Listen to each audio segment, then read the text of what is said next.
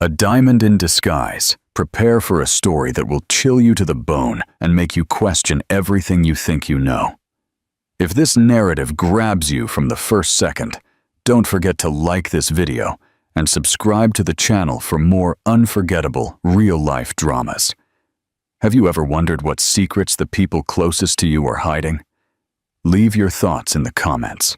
What if the quiet, loving woman who sacrificed everything for you was secretly one of the richest people in the world? For 7 years, Maeve lived a simple life, hiding her billionaire identity for the man she loved. She traded boardrooms for bake sales, haute couture for bargain bins, all for a husband who saw her as nothing more than a stepping stone. When he cast her aside for a richer woman, he thought he was trading up. He had no idea he had just discarded a diamond for a piece of glass. This is the story of how a hidden heiress, betrayed and broken, unleashed her true power and came back to burn his world to the ground. To the outside world, Maeve Smith was painfully ordinary. She lived in a modest, 2-story colonial in the quiet suburb of Hampton, a town known more for its historic charm than its proximity to the ultra-rich. Her days were a calm rhythm of tending to her small garden, volunteering at the local library, and preparing elaborate meals for her husband, Richard Smith. She drove a reliable 5-year-old Ford, clipped coupons, and her greatest indulgence was a weekly latte from the local coffee shop.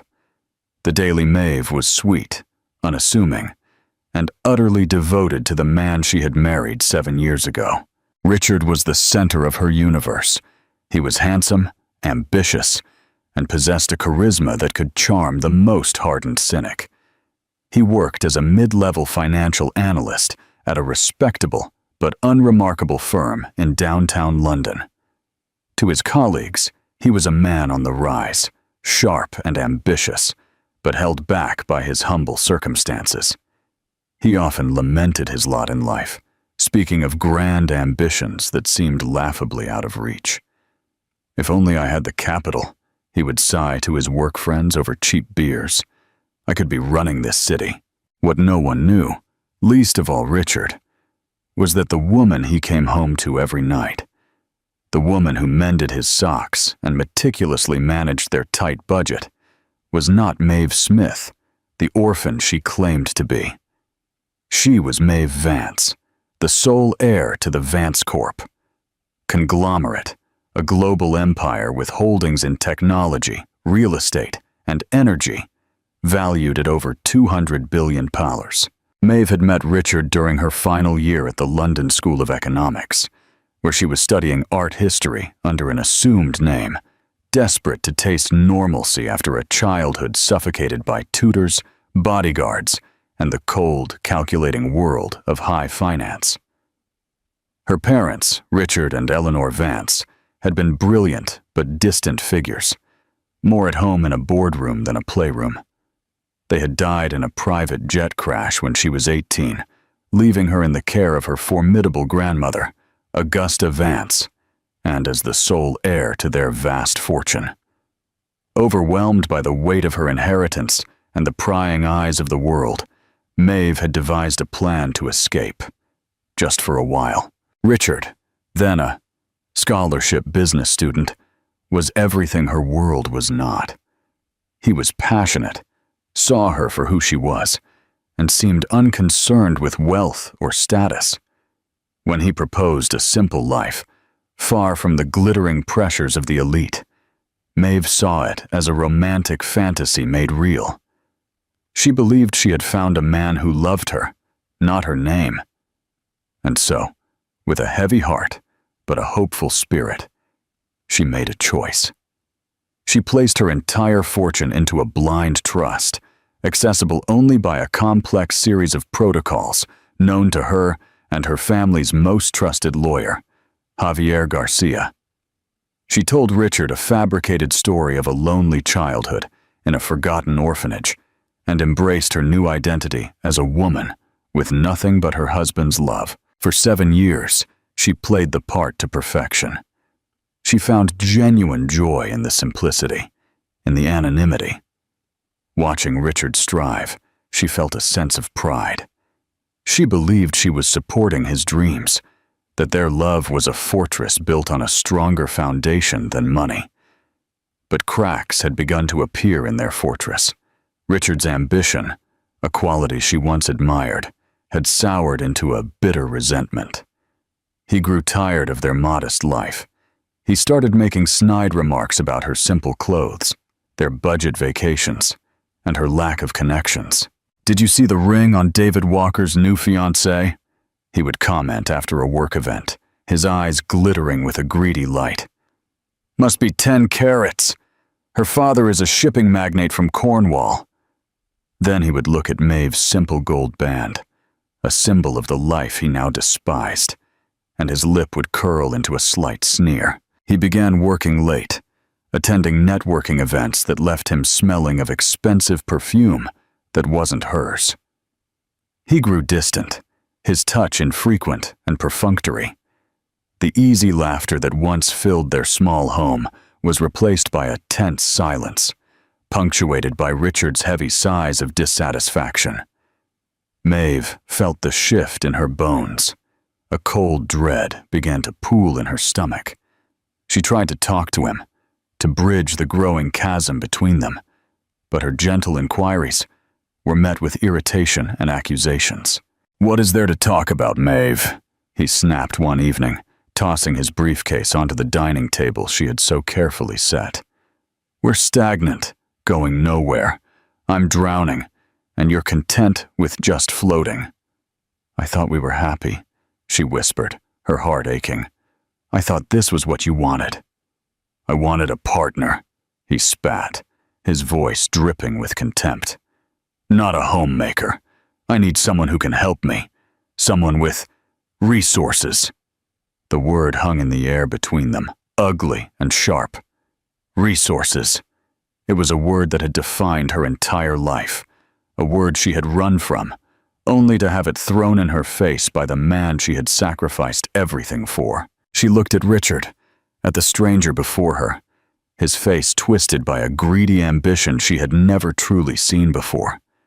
And for the first time in 7 years, she felt the ghost of Maeve Vance stir inside her.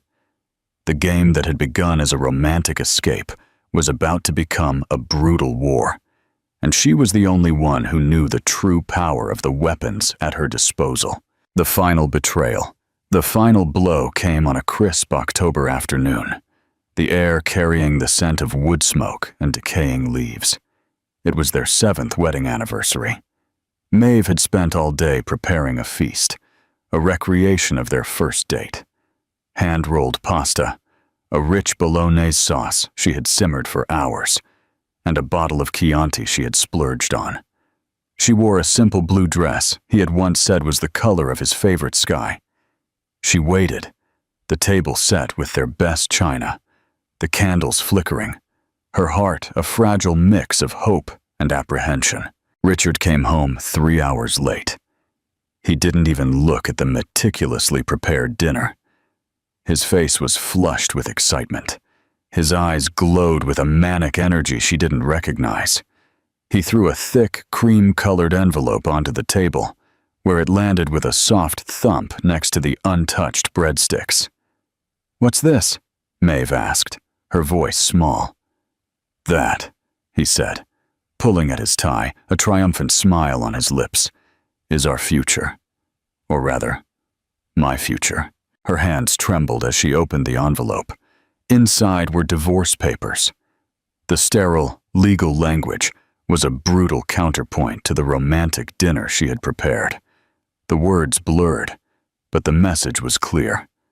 Irreconcilable differences. No fault. A clean break. "I don't understand," she stammered, looking at him, her eyes wide with disbelief and pain. "Our anniversary." "Oh, Maeve, please," he sneered, waving a dismissive hand. "Don't be so naive. Did you really think this was working? This pathetic little life? I'm destined for more. I've been given a chance, a real one, and I can't have you holding me back." The name on the legal documents, The petitioner opposite his was a name she had heard him mention with increasing reverence: Victoria Rothschild, heiress to the European Rothschild banking fortune. A woman whose image was a staple on the society pages, always dripping in jewels and haute couture. A woman of resources. The pieces of his recent behavior clicked into place with a sickening clarity. The late nights, the secret phone calls, the smell of Chanel No. 5 clinging to his shirts. He hadn't just fallen out of love with her. He had been actively replacing her. "You're leaving me for her?" Maeve's voice was barely a whisper. The pain was a physical thing, a shard of ice piercing her chest. "Leaving you? Darling, that implies we were on the same level to begin with," he said, his cruelty absolute. He began to pace the small living room, his movement suddenly too big for the space. "Victoria understands me. She understands ambition. Her father, Charles Rothschild, is willing to make me a senior partner in his new private equity firm. This is the big leagues, Maeve. This is where I belong." He finally stopped and looked at her. His gaze swept over her simple dress, her face, streaked with unshed tears, with a barely concealed pity. "Look, I'll be fair. The house is mortgaged, but there's a little equity. You can have it. You can keep the car. It should be enough for a woman of your simple needs. Think of it as a severance package for 7 years of service." 7 years of service. Not of love, not of partnership. Service. The words echoed in the sudden silence of the room. He saw her as an employee. He was now downsizing. The love she had poured into his life, the sacrifices she had made, the identity she had abandoned, all of it was worthless to him. He hadn't just broken her heart. He had invalidated her entire existence. "I gave you everything," she said, the words catching in her throat, thick with unwept tears. Richard laughed, a short, sharp sound devoid of humor. "You gave me nothing, Maeve. You had nothing to give. That's the whole problem." He picked up his briefcase. Not the scuffed leather one she had bought him 5 years ago, but a new, sleek, aluminum one she had never seen before. A gift, no doubt, from Victoria. He stopped at the door, turning to deliver one last devastating blow.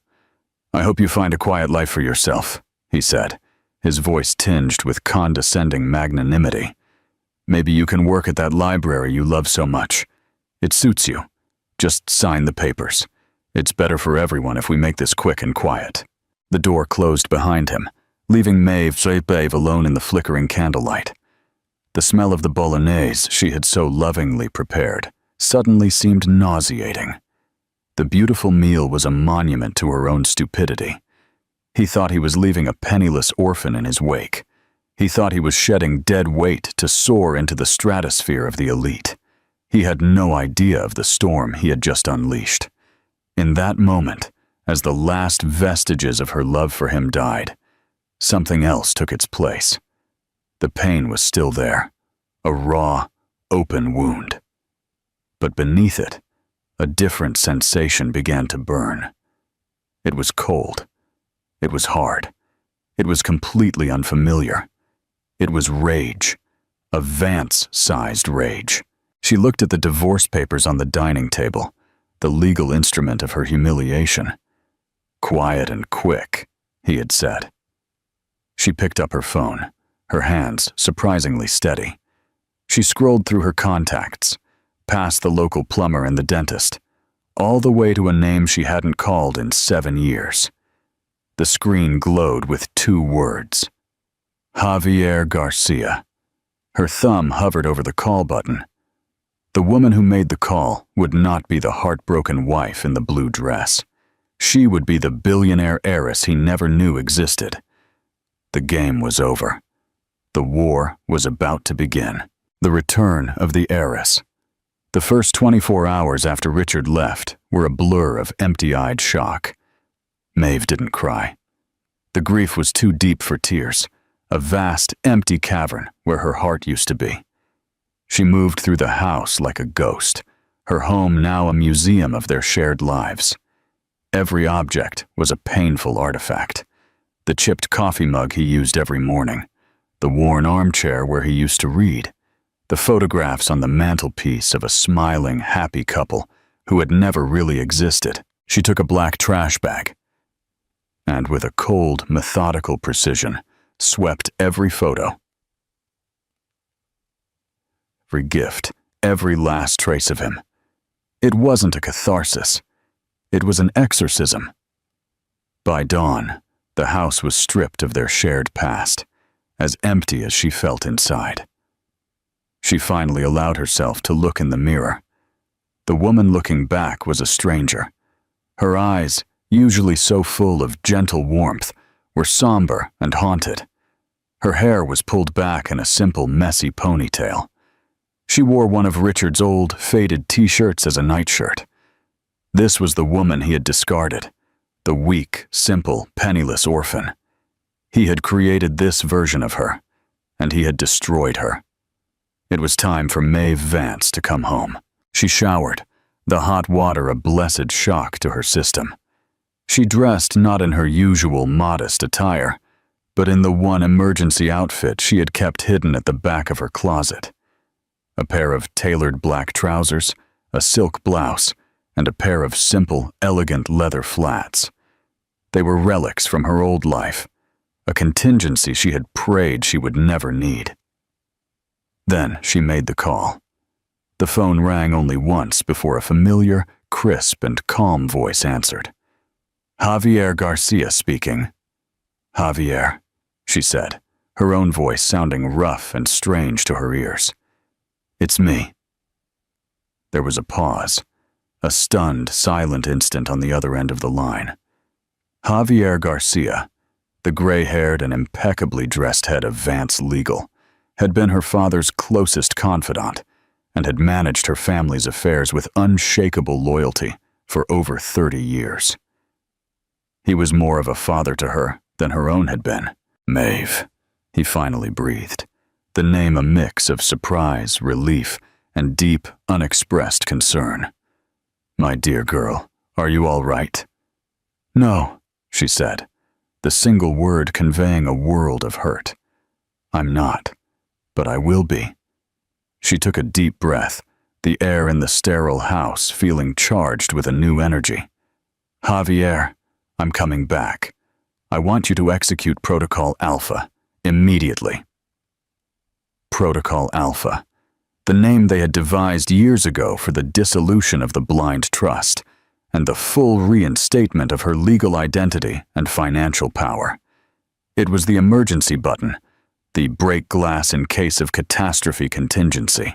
Consider it done, Javier said, his voice instantly shifting from concerned guardian to ruthlessly efficient executive. A car will be at your location in 1 hour. We have the Mandarin Oriental penthouse in London prepared for you. Your security team is mobilizing as we speak. What are your immediate instructions? The house, she said, looking at the small suburban box that had been her cage. Sell it. Donate the contents to charity. I don't want to see a single thing from this life again. She paused, her gaze falling on the divorce papers still on the dining table. And Javier, I need you to find out everything there is to know about a man named Charles Rothschild and his private equity ventures. I also want a full dossier on his daughter, Victoria, and my husband, Richard Smith. I have a preliminary file on the Rothschilds already, Javier said, his tone grim. Charles has been trying to make inroads against Vance Corp. Shipping logistics for years. This isn't a coincidence, Maeve. It appears your husband was traded like a valuable asset. The clinical business term was somehow more insulting than any emotional betrayal. You weren't just left, you were strategically eliminated. I understand, she said, her voice hardening. One more thing, Javier. The divorce papers. Don't let Richard's lawyer file them. You will be handling the proceedings. My pleasure, Javier said, a touch of steel in his voice. We will file for adultery and fraud. His petition will be buried. He won't know what hit him. An hour later, a sleek black Rolls-Royce Phantom, a car so out of place in Hampton it might as well have been a spaceship, pulled up smoothly to her curb. A man in an impeccable suit, her new head of security, opened the door for her. As Maeve slid into the luxurious leather interior, she took one last look at the house, at the quiet street, at the life that was now nothing more than a bad dream. She didn't look back, as the car sped to the private airfield where a Vance Corp. Jet awaited Maeve's phone, a new state-of-the-art satellite model provided by her security, buzzed.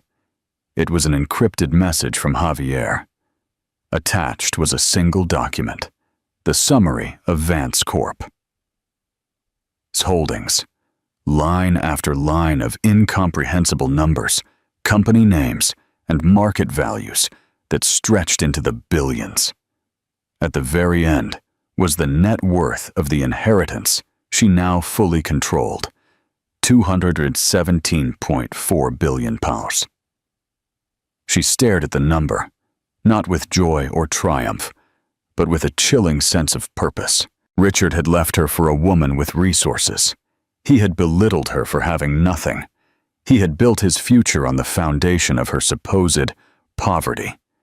He wanted to play in the big leagues. She was about to show him he wasn't even in the same sport. The penniless orphan was dead. Maeve Vance, the billionaire industrial titan, had returned from the ashes and was coming to collect a debt of 7 years of pain and humiliation with interest. The CEO returns. The transformation of Maeve Smith, the suburban wife, to Maeve Vance, the formidable CEO, was swift and absolute. It began the moment she stepped onto the tarmac at Heathrow Airport and into the rarefied air of her old life. The Mandarin Oriental penthouse, with its sweeping views of the majesty of Hyde Park, was her chrysalis. It was a world of silent, efficient staff, floor-to-ceiling windows, and the ambient hum of immense power.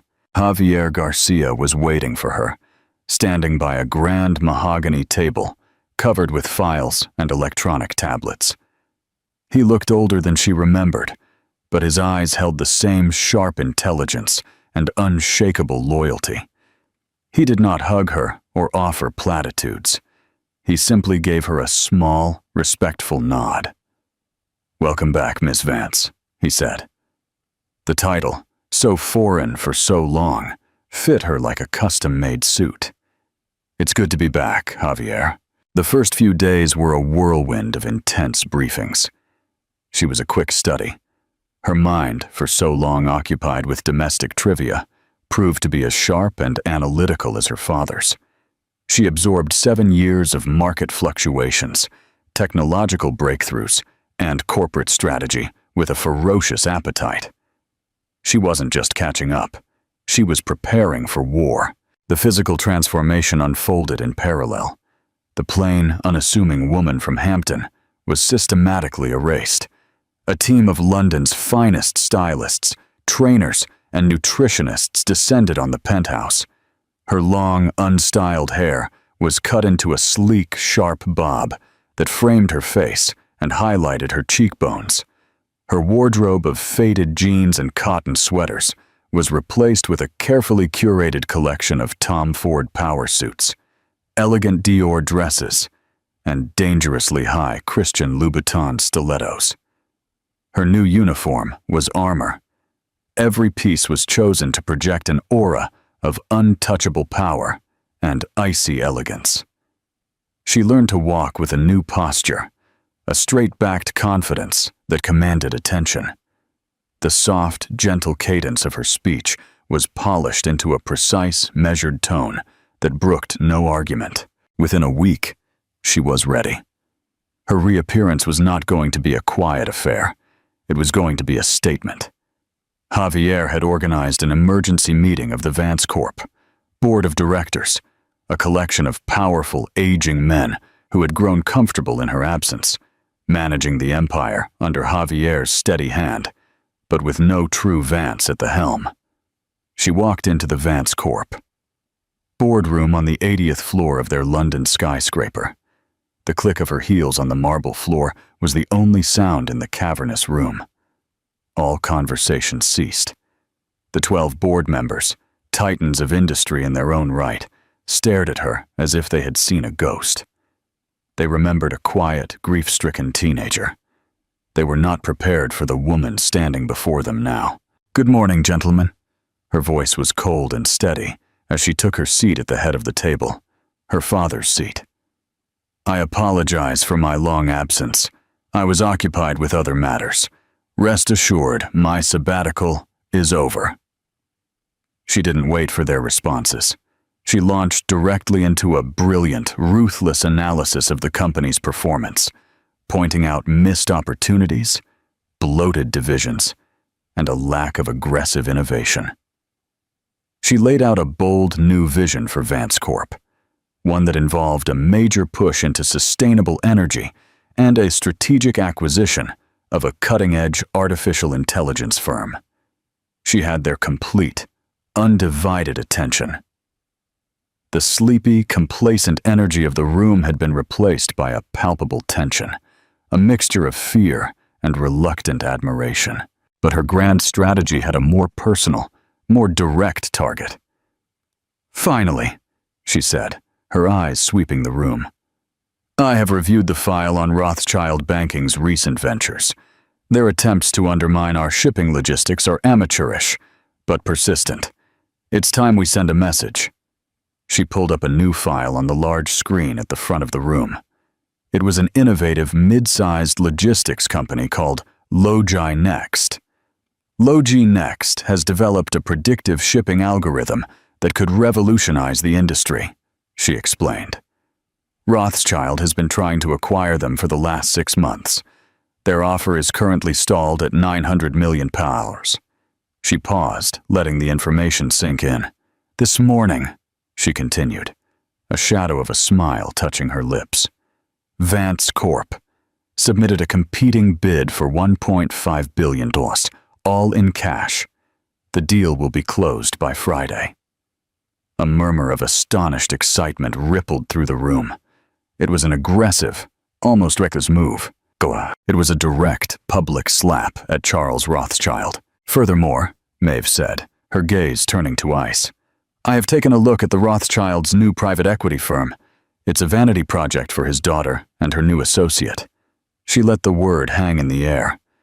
"They appear to be focusing their initial investments on the luxury hospitality sector." She clicked to another slide, detailing a portfolio of boutique hotels. "We will begin a systematic acquisition of key properties in every market they target. We will outbid them, absorb their targets, and exhaust their seed capital before they sign their first deal. I want their firm to be a complete and total failure. Is that understood?" The board members, once skeptical, now looked at her with a new respect that bordered on fear. This was not Richard Vance's daughter. This was a predator. As the meeting adjourned, Javier stayed behind. "A bold re-entry, Maeve," he said, a glint of pride in his eyes. "Have you reminded them who's in charge?" "I wasn't talking to them, Javier," she said, looking out the window at the city below. A concrete jungle where only the strong survived. She was talking to him. She knew that the news of the Logi Next acquisition would hit the financial world like a thunderclap. Charles Rothschild would be furious, and Richard, so proud of his new position, his new life, would be right in the blast radius. He wanted to be in the big leagues. She had just changed the rules of his game, and he didn't even know he was playing against her. Do you think Richard realized the magnitude of the mistake he had made? Share your predictions in the comments. The unmaking of a man 2 months past. Richard Smith was living the life he had always dreamed of. He and Victoria Rothschild were the city's new power couple. They had just moved into a sprawling penthouse on Serrano Street, a wedding gift from her father.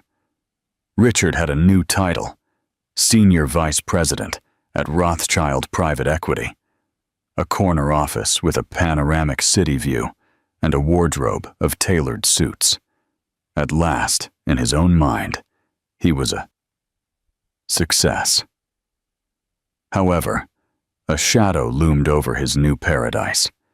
His first major venture, a fund to acquire luxury boutique hotels, had been a spectacular failure.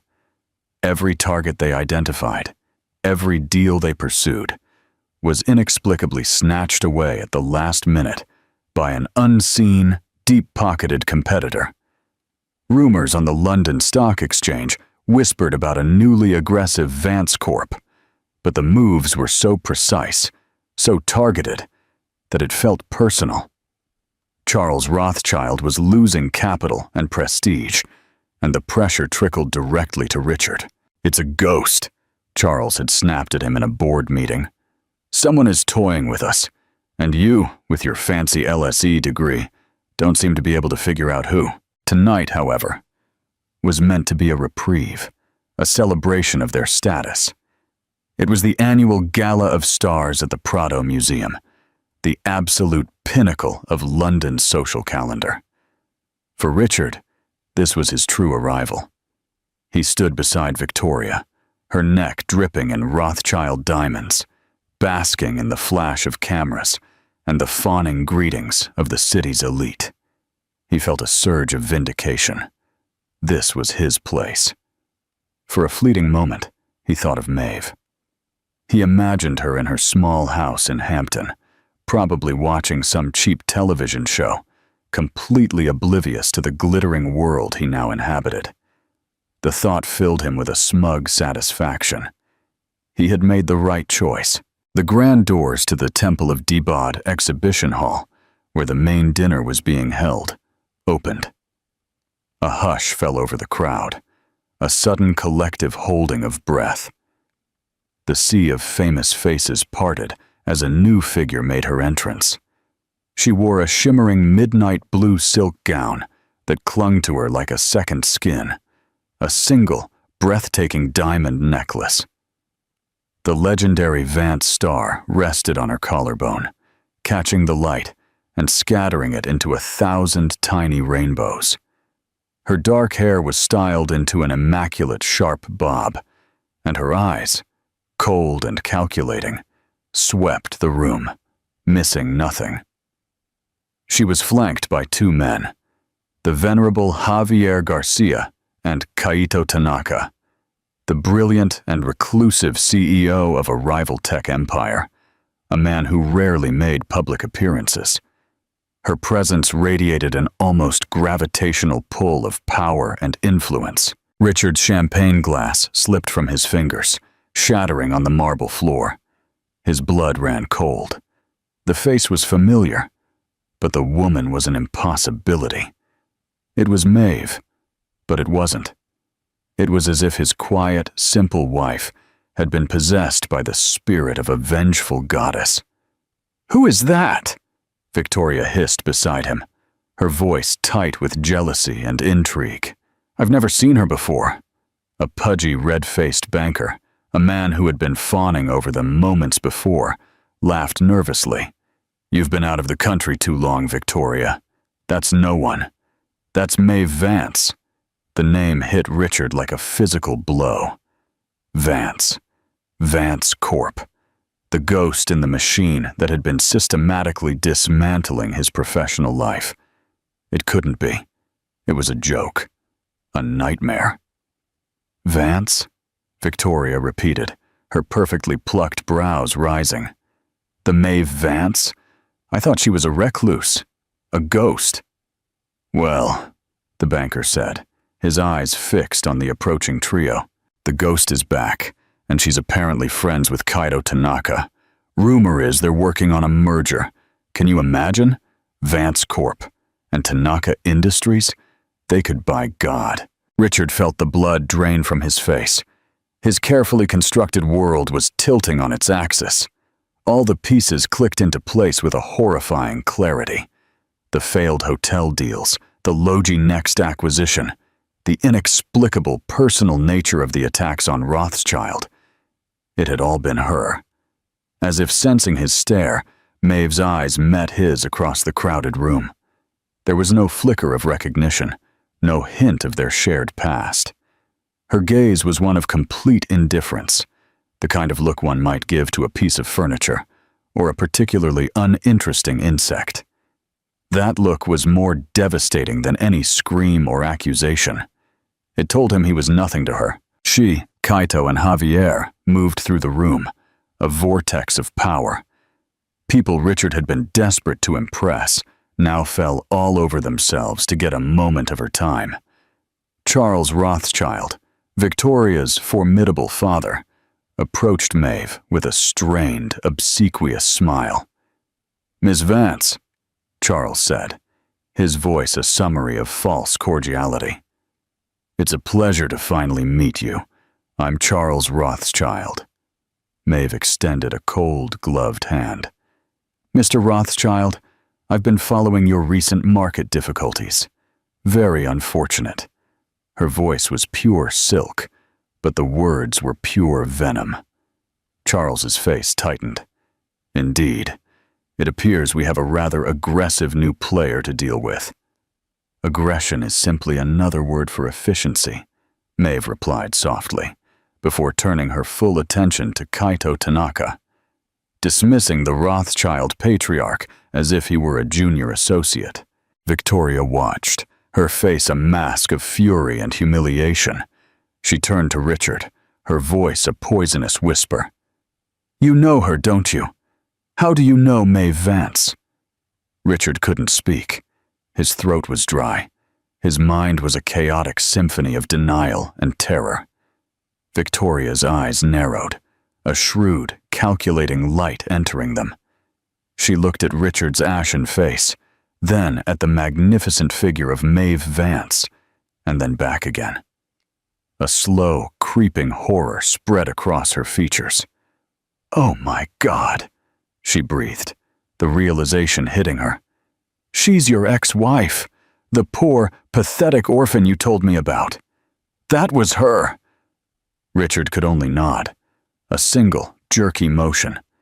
The smug satisfaction he had felt minutes earlier had turned into abject terror. He hadn't just divorced a simple suburban woman. He had betrayed, humiliated, and discarded the single most powerful woman in the room. He had thought he was climbing a ladder. Instead, he had just stepped off a cliff, and he was only just beginning to realize how far he had to fall. Do you think Richard deserved what was happening to him? Or did Maeve go too far? Leave your thoughts in the comments. A new beginning in the weeks following the gala, Richard's life unraveled with brutal speed. The Vance name was a death knell for his career at Rothschild. Charles, humiliated and furious, treated him with open contempt. Victoria, now seeing him not as a prize, but as the biggest fool in the world, was cold and distant. Their relationship was reduced to a series of bitter, whispered arguments in their cavernous, silent penthouse. Social invitations dried up. Fawning colleagues now avoided his gaze. He was a pariah, a walking cautionary tale. Maeve, meanwhile, operated from a sphere so far above him, he could only watch the fallout. She was a fixture in the financial news, a supernova of the industry. The merger of Vance Corp. And Tanaka Industries was being hailed as the deal of the century, creating a global juggernaut that dwarfed all competitors. Every one of her moves was precise, strategic, and devastatingly effective. But in the midst of the corporate warfare and financial machinations, Maeve felt hollow. The revenge, while satisfying, was a hollow victory. She had dismantled Richard's world, but it hadn't filled the void in her own. The penthouse felt less like a home and more like a gilded cage. One rainy Tuesday afternoon, seeking refuge from her own thoughts, she did something she hadn't done in years. She went incognito to a small, independent art gallery in the Shoreditch neighborhood. dressed in simple jeans, a cashmere sweater, and a low-brimmed baseball cap. She was a nobody. She was just a woman, looking at art. The gallery was quiet. The air smelled of linseed oil and turpentine. The art was raw, powerful, and full of a desperate, beautiful energy. She was particularly drawn to a series of large, abstract canvases, chaotic swirls of black, white, and a defiant, electrifying blue. They spoke to the storm inside her own soul. There's something to them, isn't there? The voice, low and resonant, startled her. She turned to see a man standing beside her. He was tall, with kind, intelligent eyes, and hands stained with paint. He wore a paint-splattered t-shirt and worn-in jeans. He looked at the paintings, not her, a look of deep understanding on his face. "They're honest," Maeve replied, the words surprising her. "That's him," the man said, gesturing to a figure in the corner, the artist, who was talking animatedly with a potential buyer. "Lucas O'Connell. He paints like he's trying to get out of a locked room, all passion and fury." The man finally turned his gaze to her, a warm, genuine smile crinkling the corners of his eyes. "I'm the owner, Daniel." Caught off guard, she introduced herself simply as Maeve. For the next hour, Daniel guided her through the gallery, talking about the art, not with the pretentious jargon of the art world, but with a simple, heartfelt passion. He saw the story in every brushstroke, the emotion behind every color choice. He didn't ask her what she did, where she lived, or who she knew. He just talked to her about art. A part of herself, she believed long dead, began to stir. It was the art history student from LSE, the young woman who had been captivated by beauty and creation, not by balance sheets and market caps. She found herself returning to the gallery several times in the following weeks. She and Daniel developed an easy rapport. Their conversations moved from art to books to music and to the simple absurdities of life in London. With him, she wasn't a Vance. She was simply Maeve, a woman with a sharp eye and a quiet sadness he didn't pry into. He was a welcome anchor in the turbulency of her new life. Meanwhile, a new and unexpected player entered the game. Kaito Tanaka, her new business partner, was not the cold, reclusive genius the media portrayed. In their private meetings, she discovered a man with a dry wit, a fierce intelligence, and an almost unnerving ability to see through her carefully constructed armor. During a late-night strategy session in the Vance Corp. boardroom, as they finalized the details of the merger, he suddenly stopped, looking at her over the rim of his teacup. "You've enjoyed this, haven't you?" he asked, his dark eyes intense. "Dismantling Rothschild, humiliating your ex-husband." Maeve stiffened. It was a necessary business strategy. Kaito allowed himself a small, knowing smile. "Of course, but revenge is a fire that consumes the one who wields it, Miss Vance. It will keep you warm for a while, but it will eventually leave you with only ashes." He set down his cup. "Charles Rothschild is an old fool. Your husband is an insignificant parasite. They are not worthy of the energy you are spending on them. This company, our company, that is worthy of your energy. The future we can build is worthy of it." His words hit a nerve deep inside her. He wasn't judging her. He was challenging her. He saw her not as a weapon of vengeance, but as a brilliant leader, and he was calling her to be better. He was the first person in her new life to speak of the future, not the past. "What do you propose?" she asked. "I propose," he said quietly, his eyes glowing with a new intensity, "that we stop playing defense. Let's build something revolutionary. Let's pour our resources into the new sustainable energy division. Let's create something that changes the world, not just settle old scores. That is a victory worthy of a Vance and a Tanaka." It was a turning point. Kaito's challenge, combined with the simple human connection she was finding with Daniel at the art gallery, began to shift her perspective.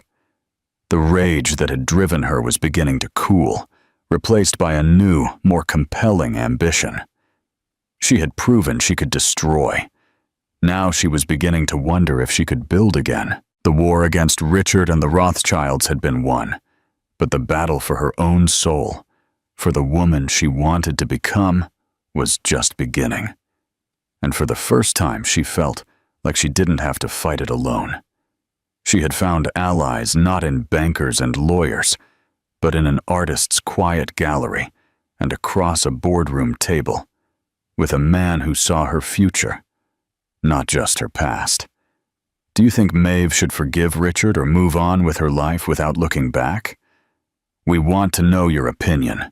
The final reckoning, Richard Smith's freefall, was swift and brutal. Fired from Rothschild, he became toxic on the London Stock Exchange. His lavish lifestyle evaporated after a venomous annulment from Victoria, who even forced him to legally change his name to break ties with her family. Broken and stripped of his identity, he moved into a dreary apartment in the Camden Town neighborhood, where his ambition soured into a dangerous obsession. In his twisted logic, Maeve owed him for waking her up, and he convinced himself he could still win her back. He began a campaign of pathetic harassment. Dozens of pleading, then threatening, emails and voicemails, all intercepted by Javier's team. When his messages went unanswered, his desperation led him to stalking. One night, he evaded security and confronted her in the private elevator lobby as she was leaving with Kaito Tanaka. "Maeve!" he shouted, his appearance disheveled, his eyes wild. She looked at the hollow shell of the man she had married. "Richard!" Her voice was devoid of emotion. "You need to stop this." "Stop this?" He laughed hysterically. "I'm just getting started. You think you can ruin me and walk away? I know the real you, the scared little woman who plays dress-up. This isn't you." Kaito took a slight step forward. "I think you should leave." Richard's gaze was filled with hatred. "And who are you? Her new pet?" Maeve cut him off, her voice like ice. "He's my partner, Richard. Something you never were." She turned and walked away without a second glance. The public rejection pushed him over the edge. If he couldn't have her, he would destroy her. He sold a twisted, fabricated story to a notorious tabloid journalist, Marcus Ferris, painting himself as the victim of a manipulative, mentally unstable heiress. "She hid billions to trap unwary husband," the headline screamed. The story was filled with distorted, intimate details designed to lend it credibility. Simultaneously, Charles Rothschild, seeking revenge, fed damaging stories to the financial press, questioning Maeve's stability and fitness to run a global empire. The combined assault was a perfect storm. Vance Corp's stock took a small hit, and whispers about Maeve's sanity began in the trading rooms. She was in a meeting with Javier and Kaito when the news broke. Javier was apoplectic, planning a multi-billion-pound lawsuit. Maeve, however, was unnervingly calm as she read the article. Inside, the cold rage from the night Richard left solidified. He had weaponized her intimacy, twisting the life she built out of love into something pathological.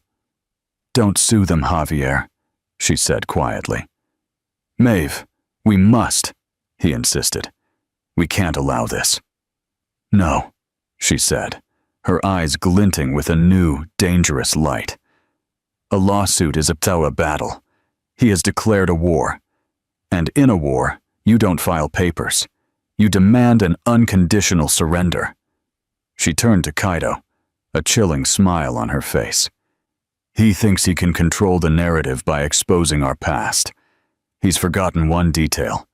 I know all of his secrets too, and unlike him, I have the proof." The time for reacting was over. Richard and Rothschild had pushed her too far, mistaking her restraint for weakness. Now she would show them what real power was. She would end this not by winning, but by annihilating them completely.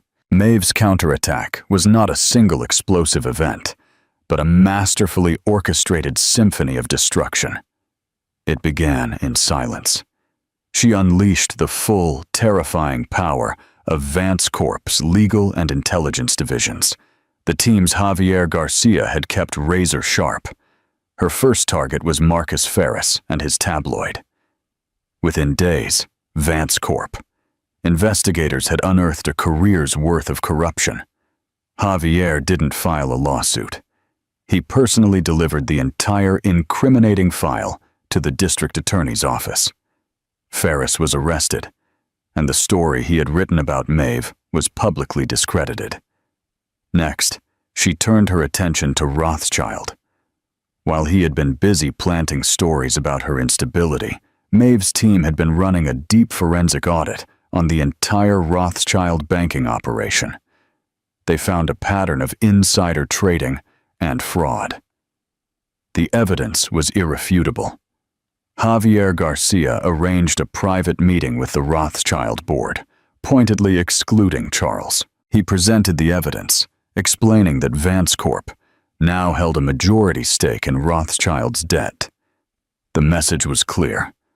Either Charles Rothschild was removed, or Vance Corp would release the evidence and call in their debt, an act that would vaporize the Rothschild legacy.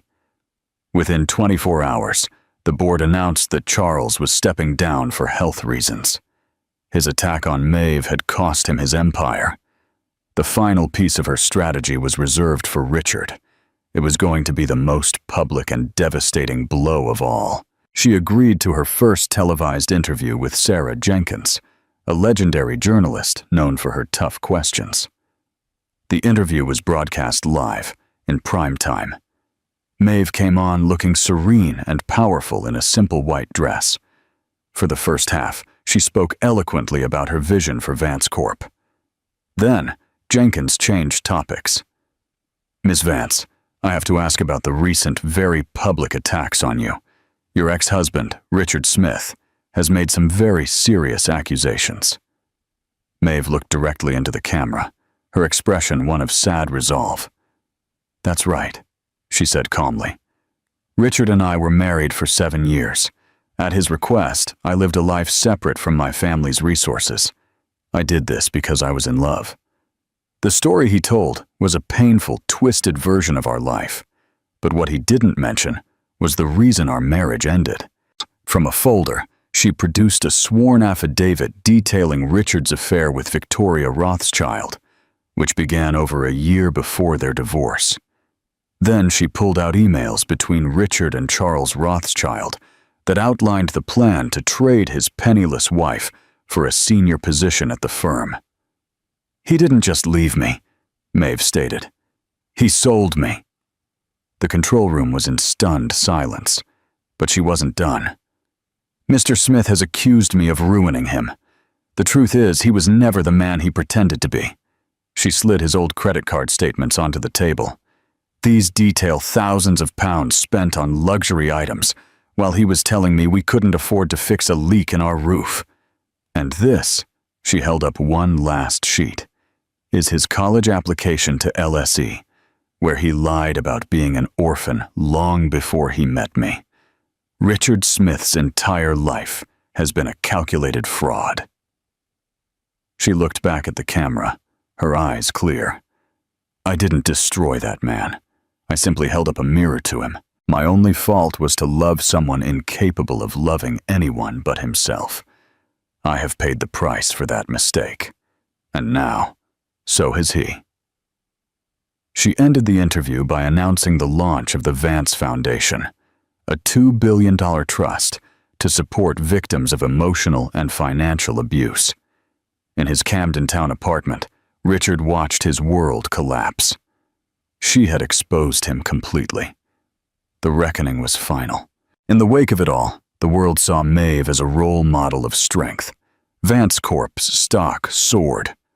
Richard, a social leper, disappeared. He was rumored to be working a menial job somewhere in northern England, a ghost of his own ambitions, finding a true home. Maeve's life, for the first time, was truly her own. The rage had subsided, leaving peace. The empire was no longer a burden, but a tool to innovate and build. Under her and Kaito Tanaka's leadership, the newly merged Vance Corp. And Tanaka Industries became a global leader in sustainable technology. Her work was her passion, a legacy that would dwarf the small dramas of her past. Her partnership with Kaito was one of deep mutual respect and shared vision. But it was outside the boardroom that she found the quiet joy that had so long eluded her. She continued her visits to Daniel's art gallery in Shoreditch, always as Maeve. He remained a stabilizing force, drawn to her quiet intelligence and resilient spirit, knowing nothing of her immense power. One crisp autumn afternoon, a year after her return, they were walking through Hyde Park. "You seem lighter," Daniel observed. Maeve smiled. "I feel lighter. There's something I need to tell you. My name isn't Maeve." She told him everything. The Vance name, the hidden life, the betrayal, the comeback. Daniel listened patiently. When she finished, a long silence stretched between them. "So," he finally said, a slow smile spreading across his face, "does this mean I have to start calling you Miss Vance?" Maeve laughed, a sound of pure relief. "I prefer Maeve." "Well, Maeve," he said, his eyes twinkling, "it's a pleasure to finally meet you. Now, are you going to finish that coffee, or are you going to use your billions to buy the whole cart?" In that moment, standing in the heart of the city she now dominated, Maeve felt a profound sense of completeness.